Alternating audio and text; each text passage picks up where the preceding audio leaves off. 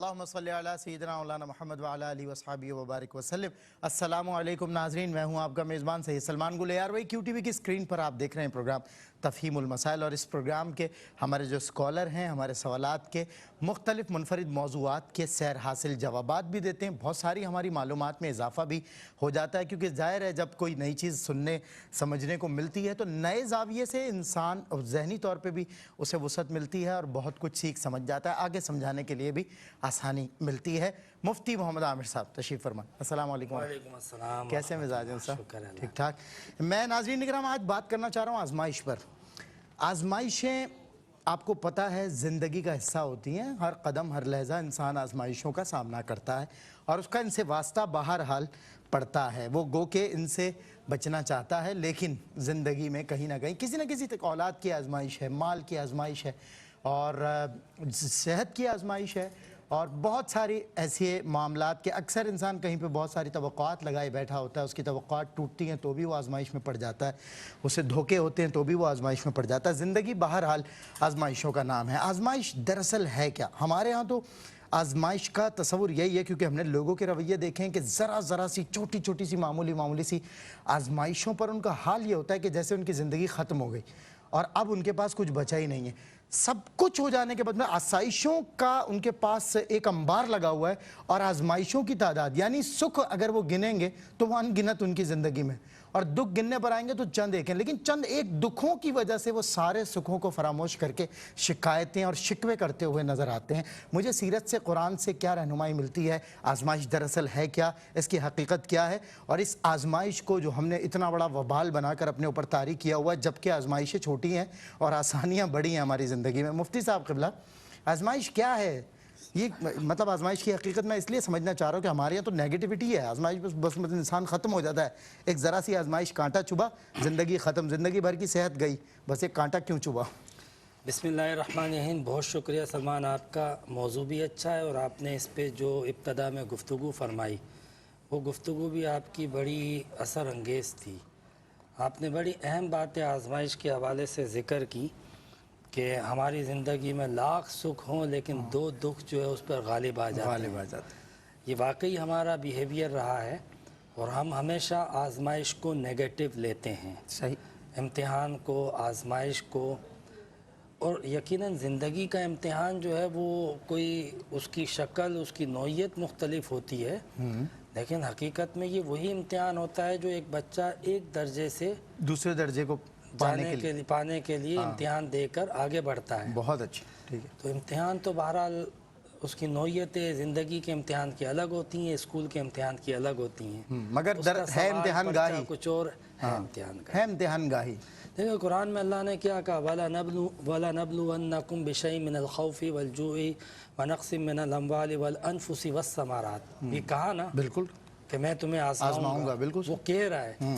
تو جب وہ کہہ رہا ہے کہ میں تمہیں ضرور آزماؤں گا، سلمان، ایک ہے عذاب، وہ تو یقیناً اللہ کی ناراضگی کا باعث ہے۔ صحیح، کہ عذاب جو ہے وہ اللہ تبارک و تعالیٰ جب ناراض ہوتا ہے تو وہ نازل کرتا ہے، صحیح، لیکن آزمائش یہ تو انبیاء اکرام پر بھی آئی، اللہ، اور جتنی مقبول شخصیت تھی اور جتنی مقرب تھی آزمائشیں اتنی، صحیح بات، اور ان پہ تو زیادہ ہی آئیں اور زیادہ مشکل تو آئیں۔ اب آپ سوچیں کہ آزمائش جو ہے اس کو ہم کیسے نیگیٹو لے سکتے ہیں؟ کیا ہم ترقی نہیں کرنا چاہتے؟ صحیح، اور پھر سب سے بڑی اہم بات، آپ نے ایک جملہ کہا کہ زندگی کا حصہ ہے۔ سلمان، اس بات کو اگر ہم سمجھ لیں کہ آسائش کا مزہ تب ہے جب مسائل اور تنگی اور پریشانی موجود ہو، تبھی تو اس کی ویلیو کو پتہ چلتا ہے، تبھی تو اس کی کیا یعنی مشکل، پتہ کیسے چلے گا؟ آسانی کی فضیلت اور اس کی اہمیت تب ہی ہوتی ہے جب مشکل بھی سامنے موجود ہو۔ بالکل صحیح، تو اگر کسی کی زندگی میں صرف سکھ ہو، دکھ نہ ہو، صرف خوشیاں ہوں، پریشانی نہ ہو، تو یہ خوشیاں اور فقط سکھ اس کے لیے تو ایک عام سی چیز بن کے رہ جائیں گے، مطلب کوئی ویلیو، کوئی اہمیت نہیں رہے گی۔ میں نے کسی سے پوچھا کہ آپ کو سب سے زیادہ کیا پسند ہے؟ اس نے کہا آرام۔ میں نے کہا ساری زندگی آرام کر سکتے ہو؟ کہتا ہے کیا مجھے مرواؤ گے؟ سزا دے رہے ہو کیا؟ صحیح بات، مطلب وہ سکھ بھی اس کے لیے وبال ہے اگر مستقل ہو تو۔ تھوڑی اگر اس کے نیگیٹو کہتے ہیں نا کہ ہر چیز اپنی مخالف جنس سے اٹریکٹ ہوتی ہے، یعنی جب کسی چیز کی کشمکش ہوگی تو opponent. اٹریکشن پیدا ہوگی. صحیح بات. اگر ایک ہی سمت ہو، ایک ہی زاویہ ہو، آپ کو پتہ ہے بنی اسرائیل پہ منو سلوا اترا تھا، ہاں بالکل صحیح. لیکن وہ تنگ آ گئے، کہتے ہیں روز روز ہم کیسے کھائیں. ہاں صحیح بات. منو بالکل سلوا اترا بہت تھا، اچھی مثال. لیکن روز ملا تو وہ تنگ آ گئے، تنگ آ حالانکہ گئے. وہ نعمتیں تھی. فطرت میں عالی بیزاری شان. ہے نا انسان کی فطرت میں، مستقل اگر ایک ہی چیز. اب وہ کہتے ہیں ہمیں دالیں بھی چاہیے، مسور بھی چاہیے. صحیح بات. تو انہوں نے یہ تقاضا کیا. کال ہے آپ کے پاس؟ نہیں مصعب، میں مطلب یہی عرض کر رہا تھا کہ دیکھیں آزمائش زندگی کا حصہ ہے، اور آسائش کا پتہ ہی جو ہے نا مشکل سے چلتا ہے، کشادگی کا پتہ ہی، اس کی اہمیت ہی تنگی سے چلتی ہے. لہٰذا ہمیں مطلب اس چیز کے لیے تیار رہنا چاہیے. میں یہ نہیں کہتا ہوں کہ آزمائش کے لیے دعا کرنی چاہیے، نہیں کرنی چاہیے، لیکن تیار رہنا چاہیے. بالکل ٹھیک. آزمائش زندگی کا حصہ ہے، اس کو تسلیم کرنا چاہیے، اس سے فرار نہ اختیار کریں. فیس کرنا پھر چاہیے. خاص طور پہ آپ نے جو رویوں کے حوالے سے بات ذکر کی، میں تو قرآن پاک کی وہ آیت مجھے سورہ عنکبوت کی یاد آ رہی ہے کہ اللہ تعالیٰ نے فرمایا کہ احسب الناس ان یترکوا ان یقولوا آمنا، لوگ یہ سمجھتے ہیں کہ ہم آمنا ایمان لائے یہ کہہ کر جنت میں چلے جائیں گے. بالکل. وہم لا یفتنون، اور وہ آزمائے نہیں جائیں گے کیا؟ اللہ اکبر، اللہ اکبر. اسی طرح انبیاء کرام کے بارے میں اللہ تبارک و تعالیٰ نے کہا تھا کہ تم یہ سمجھتے ہو کہ زندگی میں آزمائش نہیں آئیں گی، حالانکہ جب آزمائشیں آئیں گی مستہم البأساء والضراء وزلزلوا، تو جب مصائب پریشانی آئی تو لوگوں نے یہاں تک کہا کہ کب آئے گی، متی نصر اللہ، اللہ کے رسول سے کہا کہ اللہ کی مدد کب آئے گی. یعنی قرآن یہ تصور دے رہا ہے کہ آزمائشیں آتی رہی ہیں، آتی رہیں گی. یہ نہیں ہے کہ آزمائش نہیں. آپ یہ دیکھیں کہ آزمائش جو ہے وہ آپ کو تنزلی دے رہی ہے، ترقی دے رہی ہے، آپ کا رویہ ڈیسائیڈ کرے گا. بالکل صحیح بات ہے. اور سروائیو تو کرنا ہے آپ کو، آپ کا رویہ آپ ایسے سروائیو کر لیں ویسے. اچھا مصعب، ایک آپس کی بات ہے، انسان کی انٹینشنز اگر ٹینشن میں ہی کنورٹ ہو جائیں ساری کی ساری، تو آزمائش تو رہے گی. آزمائش نے تو وقت پر ہی پورے ہونا ہے. جو مثال کے طور پہ پچھلے دنوں آپ سے بات ہو رہی تھی، میں نے کہا مصعب مجھے جو ہے کھانسی ہے وہ نہیں جاتی، تو آپ نے کہا وہ تو وقت پورا کر کے ہی جائے گی. تو اگر تو میں اسے اپنے سر پہ ہی سوار کر لیتا تو ظاہر ہے وہ 15 دن میرے لیے گزارنا کتنے کٹھن اور دشوار ہو جاتے. میں آپ کی بات سے یہ سمجھاؤں. اور اگر میں اسے اپنے ظاہر ہے اطمینان قلب کے ساتھ اور خوش طبعی کے ساتھ گزارتا تو شاید وہ وقت سے پہلے ہی ختم ہو جاتا. بہرحال مصعب ایک کالر ہے، انہیں شامل کرتے ہیں. السلام علیکم. جی وعلیکم السلام. سلمان بھائی 3 سوال ہے میرے. پہلا سوال یہ ہے کہ لڑکی والے شادی سے پہلے سیکیورٹی کے طور پر مکان یا دکان لکھنے کے بجائے کچھ 4-5 لاکھ روپیہ لکھواتے اسٹامپ پیپر پر، تو کیا ایسا کرنا صحیح ہے؟ ٹھیک ہے. اور دوسرا سیکیورٹی کے طور پہ لڑکی کو دیتے وقت، نکاح کے وقت سیکیورٹی کے طور پہ دکان مکان لکھوانے کی جگہ رواج ہے پیسے بھی لکھوا لیتے، 4-5 لاکھ الگ سے اسٹامپ پیپر پہ. الگ سے وہ مہر نہیں ہوتا، سیکیورٹی اماؤنٹ ہوتی ہے. جی ٹھیک ہے. اور اگلا سوال یہ کہ ایسا کہنا کیسا ہے کہ سب سے زیادہ آزمائش ان چیزوں کے بارے میں آتی ہے جو آپ کو سب سے زیادہ تیاری ہوتی ہیں. اچھا مطلب جو، ہاں ٹھیک ہے ایسا ہوتا ہے. اچھا. اور لاسٹ کوسچن یہ ہے کہ جو شادی بیاہ کے موقع پر دلہن کے اوپر سے پیسے گھما کر اور یہ مٹھائی وغیرہ رکھ کے دیے جاتے ہیں. ٹھیک ہے، آپ کی بات کو تقریباً ہم نے سمجھ لیا جو آپ ہم کہنا چاہ رہی تھی. ہم ایک اور کالر کو شامل کرتے ہیں. جی السلام علیکم. السلام علیکم. وعلیکم السلام. کیا سوال ہے آپ؟ خیریت سے؟ میں ٹھیک ہوں. سوال کیا؟ جی ہاں جی، سوال میرا یہ ہے کہ یہ جو ہم سے مصیبتیں یا پریشانیاں آتی ہیں، ٹھیک ہے، تو یہ ہمارے مطلب یہ ہمیں کیسے پتہ چلے گا کہ آزمائش ہے، یہ ہمارے گناہوں کی سزا ہے؟ اچھا مطلب اس کے بارے میں. اور دوسرا یہ کہ صلاۃ التسبیح کچھ لوگ فرماتے ہیں کہ جمعے سے پہلے مطلب آپ کو پڑھ لینی چاہیے نا صلاۃ التسبیح. ٹھیک ہے. دوسرا یہ کہ صلاۃ التسبیح میں کوئی اگر ہم سے مطلب غلطی ہو جائے تو سجدہ سہو جو کرتے ہیں، جی تو اس میں ہم مطلب سمپل اسی طرح کریں گے یا اس میں بھی ہم 10 دفعہ مطلب وہ پڑھیں گے، تسبیحات پڑھیں گے؟ بالکل ٹھیک ہے. ایک اور کالر ہمارے ساتھ ہیں. السلام علیکم. جی وعلیکم السلام بھائی، خیریت سے؟ میں ٹھیک ہوں. آپ کا سوال کیا؟ جی بھائی سوال میرا یہ کہ اگر ہماری فجر کی نماز قضا ہو جائے ٹھیک ہے، تو سنتیں ہم کب تک پڑھ سکتے ہیں؟ سنتیں فجر کب کی؟ تک پڑھ اچھا سکتے ٹھیک ہیں ہے، فجر کی قضا؟ بالکل ٹھیک ہے، بالکل ٹھیک ہے. انشاءاللہ آپ کے سوالات کو شامل کیا جائے گا. مصعب بات ہو رہی تھی رویوں کی، آپ نے تو قرآن سے اللہ رب العزت کا حکم ہم سے شیئر کیا، مزید بھی انشاءاللہ قرآن کی روشنی میں ہم اس کو سمجھیں گے. لیکن مفتی صاحب وہی والی بات آپ کی جو میں نے انٹرو میں عرض کی تھی آپ کی خدمت میں کہ ہم چلتے چلے جا رہے ہیں پھولوں پر, لیکن ایک کانٹے کا لگ جانا وہ سارے پھولوں کو فراموش کروا دیتا ہے اور ہم ساری آسائشیں بھول. جبکہ آپ نے بتا دیا کہ اگر یہ اپوزٹ وے نہ ہو تو انسان کے لیے آسائشیں بھی آزمائشیں بن جائیں, وہ تو ان سے بھی بیزار ہو جائے, ذرا فطرت ہے اس کی. لیکن مفتی صاحب ہمت ہار جانا, ایفرٹ چھوڑ دینا, زندگی ختم ہو گئی, وقت سے پہلے ہی لگا کہ بس بھائی اب تو بس سب کچھ اندھیرا نظر آ رہا ہے. مطلب انسان جو مستقل مزاجی اور محنت اور استقامت سے جس نے 22 لاکھ مربع میل کو فتح کیا, وہ انسان آج ایک ذرا سا کانٹا لگنے پر اس کی یہ کیفیات ہو جاتی ہیں. سیرت طیبہ صلی اللہ علیہ وسلم سے ہمیں کیا رہنمائی ملتی ہے ان رویوں کے حوالے سے جو مصیبتوں اور آزمائشوں کے بعد مطلب ڈھل جاتے ہیں؟ دیکھیں سلمان, ایک تو نبی کریم علیہ السلام نے یہ بھی فرمایا ہے کہ دنیا جو ہے نا یہ مومن کے لیے قید خانہ ہے, الدنیا سجن المؤمن.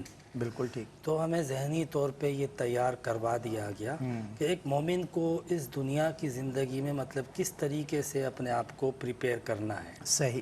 وہ ساری خوشیاں یہاں طلب کرے تو پھر جنت میں کیا ملے گا؟ صحیح بات. وہ کس کے لیے ہے؟ ٹھیک ہے صاحب, میں کالر کو شامل کروں. جی السلام علیکم. السلام علیکم. جی وعلیکم السلام. اچھا, مجھے یہ پوچھنا تھا, میری عشاء کی نماز قضا جو ہے پچھلی, اگر میں وہ رات کی عشاء کے بعد پڑھ سکتی ہوں؟ پچھلی قضائے عمری یعنی وتر بھی جو ہے اس کی عشاء کے بعد پڑھ سکتی ہوں؟ بالکل ٹھیک ہے. ٹھیک ہے. اور دوسرا ہے, میرے وہ سسر ہیں, ان کی عمر 94 ایئرز ہے اور وہ بیڈ پہ ہی ہوتے ہیں اور ڈائپر بھی باندھتے ہیں, اور جب انہیں نماز کے لیے کہا جاتا ہے تو وہ کہتے ہیں کہ میرے کپڑے صاف نہیں ہیں. اچھا ٹھیک ہے. تو ہمیں انہیں کہنا چاہیے یا ہم ان کی نماز پڑھ سکتے ہیں, ان کی جگہ ہم پڑھ سکتے ہیں؟ اچھا ٹھیک ہے, بالکل ٹھیک ہے. انشاءاللہ آپ کے سوال کا جواب بھی لیں گے, اور ڈیٹیلڈ چونکہ مفتی صاحب سے مجھے آنسر لینا ہے میرے سوال کا, جو میں نے کہا تھا کہ ہم لوگ ہمارے رویے آزمائشوں کے بعد وہ ایسے ہو جاتے ہیں جیسے کہ زندگی ختم ہو گئی, جیسے کہ آگے کوئی راستہ ہی نہیں ہے. بہرحال میں نے ایک بریک کے بعد انشاءاللہ مفتی صاحب سے سمجھنا ہے کہ سیرت ہمیں کیا رہنمائی دیتی ہے. حضور سرور دو عالم صلی اللہ علیہ وسلم کی سیرت سے ہمیں جو رہنمائی ملے گی انشاءاللہ وہی ہماری منزل ہوگی, اور اسی میں ہمارے لیے فلاح اور کامرانی دنیا و آخرت کی. بریک کے بعد. جی السلام علیکم ناظرین, آپ تشریف لائیں, اور پروگرام ہے تفہیم المسائل ARYQ TV کی اسکرین پر. جن لوگوں نے ابھی جوائن کیا انہیں بتاتا چلوں کہ آزمائش میں نے موضوع آج چھیڑا ہے. مفتی محمد عامر صاحب رہنمائی ہماری کر رہے ہیں. ہم نے کافی آزمائش سے متعلق جان سمجھ لیا ہے, اور انبیاء کرام کی مثالوں سے اور قرآن مجید فرقان حمید سے مفتی صاحب نے ہماری رہنمائی کی. میں نے سیرت طیبہ سے رہنمائی لینا چاہی. مفتی صاحب 2 کالر ہیں, اس کے بعد میں آپ سے اس کا جواب چاہتا ہوں. جی السلام علیکم. السلام علیکم. جی وعلیکم السلام. جی کیا سوال ہے آپ؟ میں جیلم سے بات کر رہا ہوں الطاف. جی جناب کیا سوال؟ جی سوال میرا یہ ہے کہ ہم لا الہ الا اللہ پڑھتے ہیں, افضل ذکر جو ہے, جی جی, تو اس کے ساتھ محمد رسول اللہ پڑھ لیں, جی بہتر یہ کہ صرف لا الہ الا اللہ پڑھیں. اچھا ٹھیک ہے, افضل الذکر سے متعلق. ٹھیک ہے, بالکل ٹھیک ہے, انشاءاللہ مفتی صاحب اس کا جواب دیں گے. مفتی صاحب قبلہ, تو آپ نے فرمایا, حضور نے کہا ہے مومن کے لیے قید خانہ ہے اور جو ہے کافر کے لیے جنت ہے یہ دنیا, اور ساری خوشیاں اگر یہیں طلب کر لے گا تو پھر وہاں کیا ہے. اس سے آگے جی ہاں, میں یہ عرض کر رہا تھا کہ سیرت رسول میں اگر ہم دیکھتے ہیں تو حضور نبی کریم علیہ السلام کی زندگی کے مصائب ہمارے سامنے ہیں, اور کس قدر آپ کو تکالیف اور کس طرح اللہ تبارک و تعالیٰ نے آپ کو جیسا مقام دیا ویسی آزمائش بھی. اللہ اکبر. یا یوں کہہ لو جیسی آزمائش ہوئی ویسا مقام بھی ملا. سبحان اللہ. کیونکہ حضور نبی کریم صلی اللہ علیہ وسلم کو آپ دیکھیں, پیدا ہونے سے پہلے والد ماں کے پیٹ میں تھے, اللہ اکبر, اور ولادت کے 4 سال بعد والدہ, 6 سال بعد پھر دادا. تو جن کے پاس رہے, جن سے قریب رہے, انسیت ہوئی, وہ رخصت ہو گئے. اللہ اکبر. تو اس کے بعد آپ زندگی میں تبلیغ کے مناہج میں دیکھ لیں, دعوت و تبلیغ کے کام میں دیکھ لیں. آپ کو یاد ہوگا میں نے طائف کا واقعہ ذکر کیا جی تھا, بالکل, اور ہر ایک کو سنا ہوا ہے. بالکل صحیح. آپ کو پتہ ہے حضور نے وہاں کیا دعا کی تھی جب طائف میں مطلب کسی نے بھی دعوت کو قبول نہ کیا ایک طرف, دوسرا وہاں پر جو تشدد ہوا, وہاں پہ جو پتھر سے آپ کو لولان کیا گیا, آپ نے اللہ سے کیا دعا کی؟ اللہ اکبر. اب آپ نے کہا نا ہمارا رویہ کیا ہوتا ہے. حضور علیہ السلام نے اللہ تعالیٰ سے کہا کہ لم یکن بک علیہ غضب, اگر اس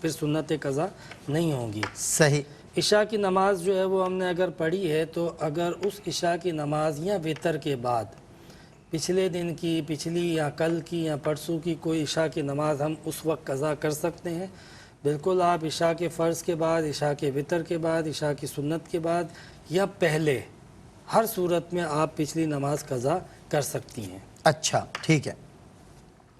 یہ ہم سے پوچھا کہ کوئی ان کے گھر کے بڑے ہیں، 98 ایئر ان کی ماشاءاللہ عمر ہے، تو اب وہ ہل جل بھی نہیں کر سکتے ہیں، نماز کا ان سے کہتے ہیں مگر مسئلہ ہوتا ہے کپڑے وغیرہ، پیمپر وغیرہ، تو وہ منع کرتے ہیں۔ تو سوال یہ ہے کہ کیا ان کی طرف سے ہم نماز پڑھ سکتے ہیں؟ نماز کسی کی طرف سے نہیں پڑھی جا سکتی ہے، ٹھیک ہے، ٹھیک ہے نا، نماز کسی کی طرف سے، یہ ایک الگ بات ہے کہ وہ جس کنڈیشن میں ہے اس کنڈیشن میں بھی ان کے لیے نماز کی پرمیشن اشاروں کے ساتھ، تیمم کے ساتھ، بالکل ہر سہولت کے ساتھ ان کے لیے اجازت ہے، بشرطیہ کہ اس ایج میں بندہ جو ہے وہ کچھ مطلب ہوش میں ہو اور کچھ مطلب حواس باقی اور اس کے باقی ہوں تو وہ کر لیتا ہے۔ اور چیز جائے کہ جو عذر ہے بیچ میں شامل ان کے ساتھ کہ ناپاکی وغیرہ کا لگے رہنا، تیمم ان کا جو ہے وہ اچھا کوئی مسئلہ نہیں ہوتا، اچھا ٹھیک ہے، نہ اٹھ سکیں تیمم کر لے، نہ جائیں اٹھے نہیں ہلے نہیں۔ ٹھیک ہے، بالکل ٹھیک ہے۔ اچھا اگلا سوال یہ کیا بھائی نے کہ لاکھ روپے پہ 1000 روپے نفع دینا یا لینا دونوں ایک ہی بات ہے، تو دونوں صورتوں میں سود ہوتا ہے۔ صحیح، 1000 روپے آپ نے فکس کر دیا، متعین کر دیا، مشروط کر دیا، صحیح، نہ متعین کرتے، نہ ڈیسائیڈ کرتے، کسی کو 1,00,000 روپیہ دیا تھا، کوئی آپس میں طے نہیں ہوا اور اس نے اپنی مرضی سے آپ کو کچھ منافع دے دیا، اس میں کوئی حرج نہیں، لیکن آپ نے ایک طے کر لیا رقم، تو پھر سود ہو جائے گا۔ اچھا مجھ سے ایک کامن کوئسچن ہے، انٹرپٹ کر رہا ہوں سوری، کہ ہمارے ہاں سود جو ہے نا وہ آپ کو پتہ ہے رگوں میں سرائیت کر گیا ہے لوگوں کی، اور لوگوں کی ضرورت اور مجبوری بن کے رہ گئی، کیونکہ لوگوں نے اپنی ظاہر مجبوریوں کی ترجیحات ہی بدل دی ہے نا۔ اب انسان کے پاس کوئی چارہ نہیں ہے اور اسے کہیں سے جو ہے وہ رقم ملتی ہے اور اس کے پاس صرف یہ ایک کنڈیشن ہے۔ مجھ سے کبھی کسی نے پوچھا تھا یہ سوال، میں آپ سے کر نہیں سکا، تو وہ کیا مجبوری کی حالت میں، سخت مجبوری کی حالت میں کہ اس کے پاس کوئی راستہ نہیں ہے، ایسی رقم لے سکتا ہے جس پہ اسے اضافی پیسے دینے پڑے؟ دیکھیے مجبوری کا حکم الگ ہے، جو آپ نے پاس ذکر کی نا رگوں میں سرایت کر گیا ہے، تو ویسے ہماری سوسائٹی میں سارے ایسے تو نہیں ہیں، لیکن بہرحال یہ نظام ہمیں اسی طرح نظر آتا ہے جیسے آپ نے ذکر کیا۔ جی اچھا، جس کے پاس کوئی راستہ نہ ہو وہ ایک استثنائی حکم ہوتا ہے، صحیح، آپ سمجھ رہے نا؟ آپ کو پتہ ہے کہ حالت اکرام میں شریعت جہاں اور بہت ساری چیزوں کی اجازت دیتا ہے جو صراحتاً حرام ہے، تو یہ حلال نہیں ہوگا اس کے لیے بھی، لیکن اس کے لیے اس حالت اکرام میں وہ جس طرح بھی اپنی جان آبرو بچاتا ہے تو اس کے لیے ایک اجازت مل جائے گی۔ بالکل ٹھیک ہے، ٹھیک ہے نا، مطلب اجازت یہ کہ اس کا گناہ نہیں ہوگا اس پہ۔ اللہ تبارک و تعالیٰ اصل لوگوں کے اندر کے حالات سے زیادہ واقف ہے۔ بالکل ٹھیک ہے۔ یہ سوال ہم سے کیا دعا مانگنے کا طریقہ کیا ہونا چاہیے؟ تو دعا مانگنے کا طریقہ تو ظاہر سی بات ہے ہاتھ اٹھا کے آسمان کی طرف ہاتھ کر کے دعا مانگتے ہیں، ٹھیک ہے نا۔ اچھا، اس میں لوگ کوشش کرتے ہیں کہ ہاتھ بالکل سیدھے رہیں جیسے کہ سنت کا طریقہ ہے، اور یہ تھوڑا سا یہ کھلے رہیں، ٹھیک ہے نا۔ ٹھیک ہے، یہ ظاہری چیزیں ہیں، یہ بھی فالو کرنی چاہیے، لیکن جو اصل ہے سنت، سب سے پہلی سنت یاد رکھیں، نبی کریم علیہ السلام دعا اللہ سے مانگتے تھے۔ کس سے مانگتے تھے؟ اللہ سے مانگتے تھے۔ ہم حضور کے پیروکار ہیں، حضور ہمارے نبی ہیں، اور ہمارے نبی کا طریقہ کیا تھا کہ ہمارے نبی اور سارے انبیاء کس سے مانگتے تھے؟ اللہ سے مانگتے، اللہ سے یہ بنیادی چیز ہے جو ماشاءاللہ رائج ہے، ہمارے یہاں پہ کوئی انکار نہیں ہے۔ دوسرا یہ کہ اللہ تبارک و تعالیٰ سے دعا مانگتے تھے پورے یقین کے ساتھ، ایک دعا میں جو ہے وہ ایک دکھاوا نہیں ہوتا تھا، ریاکاری نہیں ہوتی تھی، پورے یقین اور اعتماد سے نبی کریم علیہ السلام دعا مانگتے تھے، یعنی دعا کو فارمیلٹی کے طور پہ نہیں پرفارم کرتے تھے۔ بالکل صحیح۔ اور آخری بات یہ ہے کہ دعا جب نبی اکرم صلی اللہ علیہ وسلم مانگتے تھے تو خشوع و خضوع کے ساتھ، سبحان اللہ، ایک تعلق کے ساتھ۔ بھائی نے پوچھا افضل الذکر کا، دیکھیں لا الہ الا اللہ محمد رسول اللہ پورا کلمہ ہے، جب ہم ذکر کی بات کرتے ہیں ایک ذکر رسول ہوتا ہے، ایک ذکر مصطفیٰ ہوتا ہے، تو کلمے کا ورد وہ اپنی جگہ پہ اس کی فضیلت بھی حدیث میں آئی ہے، لیکن یہ علیحدہ سے حدیث میں باقاعدہ اتنا آیا ہے افضل الذکر لا الہ الا اللہ، تو اتنا ہی کہنا اس کی جو فضیلت ہے وہ اس میں آپ اضافہ کر کے آپ کہیں کہ میں اس کو اس اضافے کے ساتھ افضل الذکر بنا دوں تو ایسا نہیں ہے.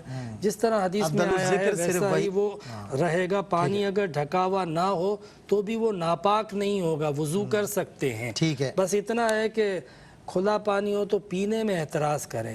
بالکل ٹھیک ہے, پینے کے لیے کھانے کے لیے اس کھلے ہوئے پانی کو استعمال کرنے میں تھوڑا سا اجتناب کریں. باقی کوئی حرج نہیں ہے. بہن نے جو کہا کہ سال بھر سے ان کے شوہر ان کی مان نہیں رہے ہیں اور پھر آگے اتنا بڑا مسئلہ بتا دیا کہ وہ مغرب میں یہ مشرق میں, تو وہاں سے یہاں تک تو آواز ویسے بھی پہنچتے پہنچتے سالوں لگ جاتے ہیں. اور پھر فاصلے ظاہر, اب تو بہرحال ہم دعا کرتے ہیں اور وہ بھی کوشش کریں کہ یا وہ ادھر آ جائیں یا یہ ادھر چلے جائیں. ٹھیک ہے, تو پھر جو ناچاکیاں انشاءاللہ امید ہے دور ہو جائیں گی. لیکن اتنی بڑی جو فاصلہ اور دوری موجود ہے, ڈسٹینس موجود ہے, پہلے اس کو تو ختم کریں. بالکل صحیح, بہت شکریہ, دعا کرتے ہیں ہم. آمین, بہت شکریہ. آج کے لیے تفہیم المسائل میں بس اتنا ہی. انشاءاللہ اگلی جمعرات آپ سے ملاقات ہوگی. تب تک کے لیے السلام علیکم ورحمۃ اللہ وبرکاتہ.